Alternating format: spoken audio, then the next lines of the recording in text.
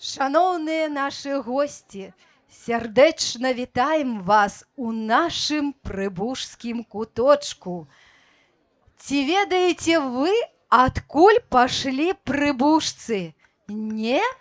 Дык мы вам сёння раскажем. Вашай увазе паданне князь Радар і змей Карагвей.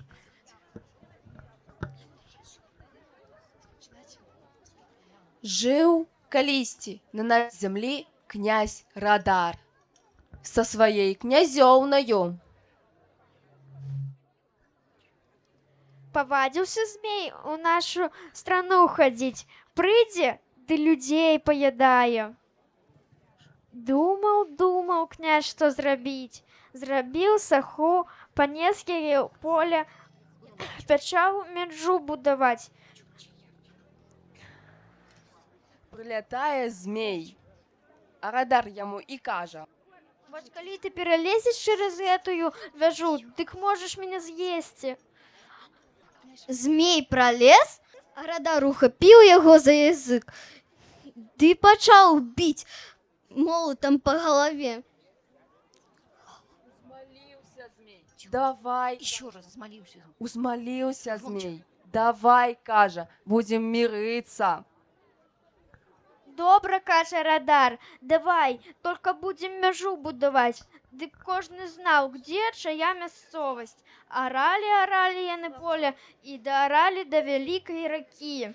А князь яму і кажа: гайда, бух!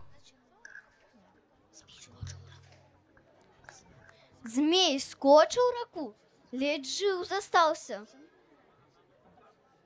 Пабег да сябе, бяжыць і крычыць: помню, княжа, пабух ваша.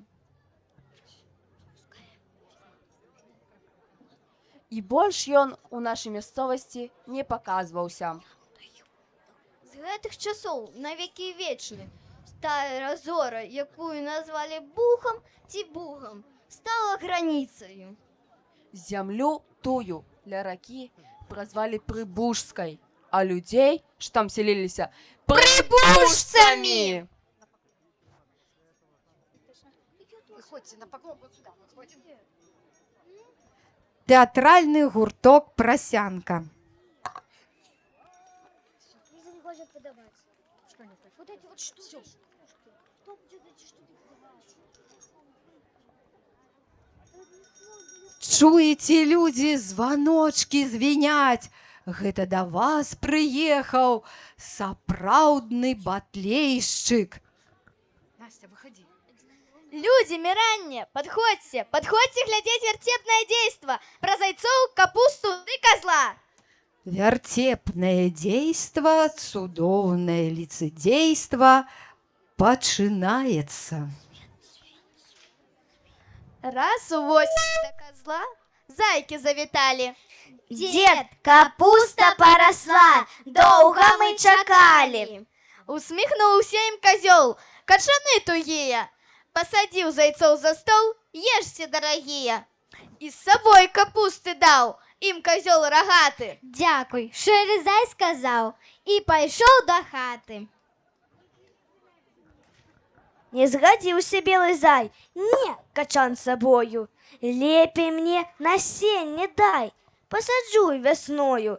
Ти ж заўсёды бегать нам до твоего урожаю. Я теперь капусту сам вырастить жадаю. Даў яму козел стары добрага насення. Дачакаўся зай пары і ў зямлю пасеяў. А рассада подросла, ускопал ён грады, праца цяжкая была, толькі зай быў рады. Цёплым ранкам посадил, дыбайліва, не густо, и водицею полил. Вырастай, капуста. Ни на миг не забывал, клопот огородный, поливал, оберегал от кузурок шкодных и подкармливал, полол, дня не лінаваўся. Час мінуў, і качаноў добрых дачакаўся. Ну а шэры зай штодня лётаў ды гуляўся, З сябрукамі мяч ганяў, загараў, купаўся. Ды карміцца да казла бегаў вельмі шустра, надта смачнаю была у таго капуста.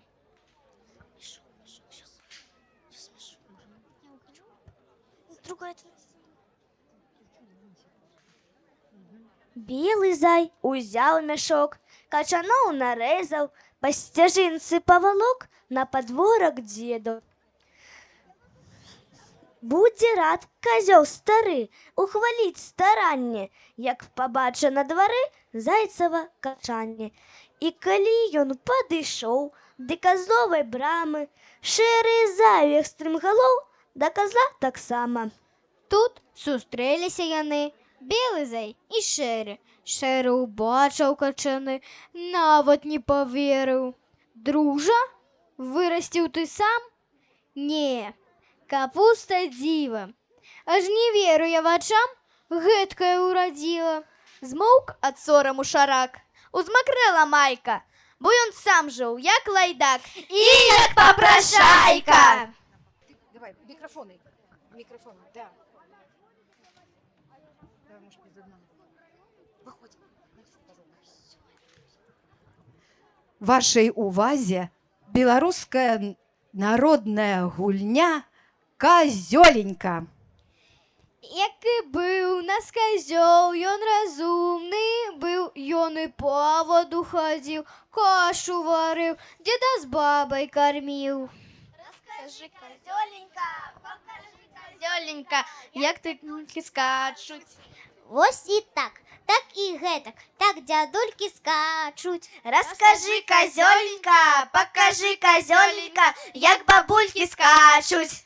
Вось і так і гэтак, так бабулькі скачуць. Раскажы, казёленька, пакажы, казёленька, як дзяўчынкі скачуць. Вось і так і гэтак, так дзяўчынкі скачуць. Раскажы, казёленька, пакажы, казёленька, як хлопчыкі скачуць. Вось і так і гэтак, так хлопчыкі скачуць. Раскажы, казёленька, пакажы, казёленька, як ты козлік скачаш. Вось і так і гэтак, так я козлік скачу. Аплодысменты нашим артыстам. Дзякуй за увагу. Заходим, заходим.